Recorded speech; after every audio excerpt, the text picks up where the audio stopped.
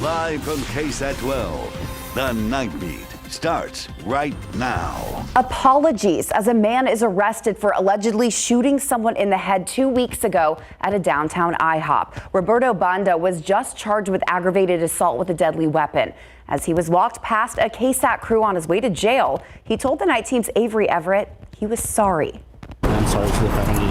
Apologies, not typically what you hear as a suspect heads to jail. 31-year-old Roberto Banda now faces a charge of aggravated assault with a deadly weapon after the San Antonio Police Department arrested him on suspicion of shooting a man in the head 2 weeks ago. Within the last hour, we found the updated arrest affidavit, which listed the man as Daniel Morales. That victim currently is still in very critical condition. It happened November 4th early in the morning on East Commerce Street, outside a downtown IHOP. SAPD says the situation had two parts. First, Banda and others got into an argument outside the restaurant. Morales broke up the argument. SAPD told us tonight, Banda and Morales did not know each other. It was just a verbal altercation. That's when Banda left the scene and Morales went back inside. An hour later, police say Banda returned to the restaurant and shot Morales, who was sitting in his car. They say Banda then took off. Once detectives were able to find that suspect vehicle, then we were able to pin that to the suspect. Police say Morales was hit multiple times in the head and was taken to the hospital in critical condition. 2 weeks later, while Morales is still recovering, Banda is saying sorry to Morales' family. I will be praying for you. In the arrest affidavit, Banda admitted that the gun he used was in the glove box of his car. Police now have a hold of that gun and are possibly considering it evidence. Avery Everett, KSAT 12 News. Thanks, Avery. Now, turning to something that we're all talking about is the weather. We've got one front down. Let's head to Mia to hear about the next one. Mia, right now, though, it feels amazing. This is fall weather. Doesn't it? It feels wonderful. I spent a little bit of time outside during my dinner break, and I did not want to come back inside because it is so lovely. Temperatures in the low 60s here in the Alamo City. We had some cloud cover out there today here in town. We had a little bit of sunshine the farther west, though. That generally held temperatures to the mid to upper 60s here in San Antonio. As we look ahead to the back half of the weekend's plans, upper 60s still expected by tomorrow afternoon. That's because we are also expecting the cloud cover to stick around. And it is possible that we also find a few sprinkles to maybe a few patches of drizzle before the day is done. So kind of a gloomy day is expected tomorrow. As we look ahead to Thanksgiving week, Monday, a bit warmer, upper 70s before we see that next cold front move in by late Monday afternoon and into the evening. Tuesday, you're going to notice the wind gusts up to 35 miles per hour and cooler. The good news is, though, Thanksgiving, yes, it'll be a chilly start, but a very pleasant afternoon with plenty of sunshine. We're going to time out to the upcoming week and get you all those details a little bit later on, Courtney. On here. Thank you, Mia. Well, Amanda Montoya could be headed to prison for decades after being found guilty of aggravated assault with a deadly weapon for the shooting that killed her then boyfriend in 2016. A jury came to that conclusion late last night. Montoya was facing a murder charge in Cesar Gallego's death, but was not found guilty. This is the second time Montoya has gone to trial over this shooting. Her 2020 trial ended in a hung jury. The punishment phase of the trial starts Monday morning. She faces between 5 and 99 years behind bars. A woman was arrested late last night after what police are calling an attempted armed robbery. She told police another woman shot at her in the 7900 block of Vail just after 11 o'clock. The suspect left the scene in a white Dodge truck towing a small trailer, and an officer nearby spotted it and followed her. That officer and others pulled her over and arrested her. They found a handgun in the center console and were trying to figure out what she will be charged with. Well, happening in about 24 hours, the city of Lytle's water system will undergo maintenance starting tomorrow night at 10 o'clock and ending Monday morning around 3. Water pressure there will be reduced as crews do that work, and the city hopes that the water pressure will be kept above 20 psi. But we've been told to warn you that if water pressure falls too low, a boil water notice will have to be issued. If that happens, the city will let you know as quickly as possible, and that boil notice will likely last until late Tuesday morning. Well, the SpaceX mega rocket Starship blasted off from the South Texas coast this morning, and while it went further than the first test flight back in April, this one also ended with a bang. The rocket lifted off fine and separated from the booster in space, but communication was lost minutes later. The spacecraft then exploded by its self-destruction system over the Gulf of Mexico. SpaceX won't be allowed to launch another Starship until there's an investigation into this mishap. The entire effort, fueled by NASA's mission, is to get astronauts back on the moon by the end of 2025 with the help of SpaceX. President Biden is rejecting calls for a ceasefire in Gaza in an op-ed in today's edition of the Washington Post. Biden says, quote, as long as Hamas clings to its ideology of destruction, a ceasefire is not peace. The president went on to say a pause would give Hamas time to rebuild its stockpile of weapons. But he also stressed the importance of minimizing the loss of civilians in Gaza. Meanwhile, on the ground in Gaza, a mass exodus out of the Shifa hospital is underway after Israeli forces took over that hospital earlier this week. The IDF has long said the facility houses Hamas terrorist military operations. The Hamas-run health ministry says the IDF ordered people to evacuate, something Israel is denying. Patrick Revel has the latest from Tel Aviv. Hundreds of patients and other civilians fleeing the Al-Shifa hospital this morning amid conflicting claims over the mass exodus. Gaza's Hamas-run health ministry saying patients and civilians sheltering there were ordered to evacuate by Israeli forces and given just an hour to leave. The Israel Defense Forces denying they gave that order, saying they agreed to a request from the hospital's director to allow those who wanted to evacuate to do so via a secure route. The IDF took over the hospital earlier this week, searching for evidence of Hamas's presence, saying they discovered this tunnel near the hospital's entrance. This is precisely the reason why we are operating in the compound of Al-Shifa Hospital, exposing what Hamas has been doing beneath and around and inside the hospital compound where we found the bodies of two of the hostages. About 120 patients, too fragile to move, were left at the hospital, including nearly 36 premature babies. 5 medical staff staying behind to provide care, and the IDF saying it is giving medical supplies.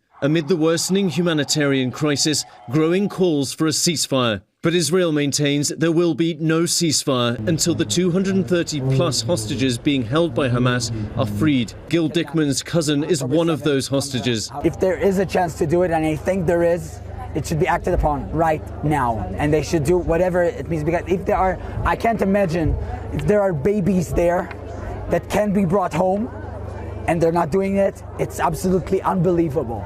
They must do it now. In Jerusalem and Tel Aviv, protesters Saturday gathering for a rally, calling on the Israeli government to do whatever it can to bring home the hostages. Patrick Revel, ABC News, Tel Aviv. Back here at home, the local Salvation Army's Angel Tree program brings holiday joy to 6,000 kids across the Alamo City each December. But that mission is now in jeopardy. The space that would have been used to sort gifts and other donated items will not be ready in time. So now the Salvation Army needs somewhere to do that. They're hoping a local business or someone with warehouse space will house the Angel Tree program for the next few weeks. They need a space with at least 20,000 square feet, air conditioning, and running water. It's a gesture that could save Christmas for thousands of kids and parents in San Antonio. So if you have or know about a space that could be the Salvation Army's temporary toy shop, just call 210-352-2000. That number is also posted on this story on our website, KSAT.com.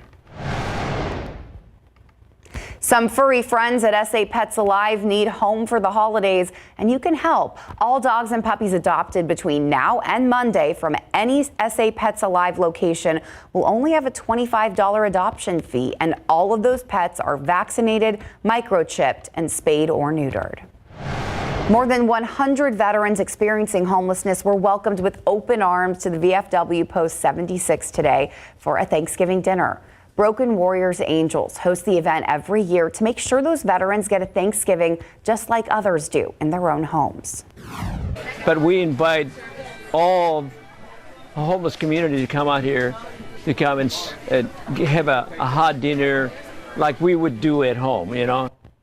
Dinner wasn't the only thing served this afternoon. Those vets also left with clothes, winter jackets, and other necessities. Still to come on the Night Beat, the health department temporarily shut down this restaurant after a health inspection. What they found behind the kitchen door and what workers told our Tim Gerber. And there's a call to honor the men and women who served our country who are no longer with us. How you can make sure they are not forgotten this holiday season. Plus, an early holiday present. Gas prices are getting lower here in Texas, but how do we stack up against the rest of the country? Those numbers and why the prices have plummeted. Next on the Night Beat.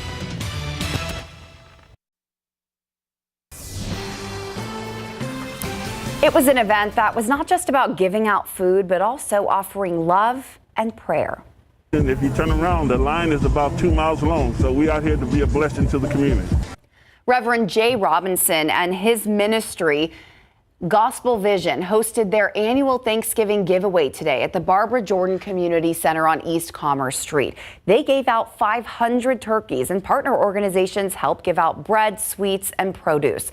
Reverend Robinson knows a lot of people are struggling to make ends meet in a tough economy right now, and it's his mission to help make the holidays easier. It's the type of mission that runs in the family.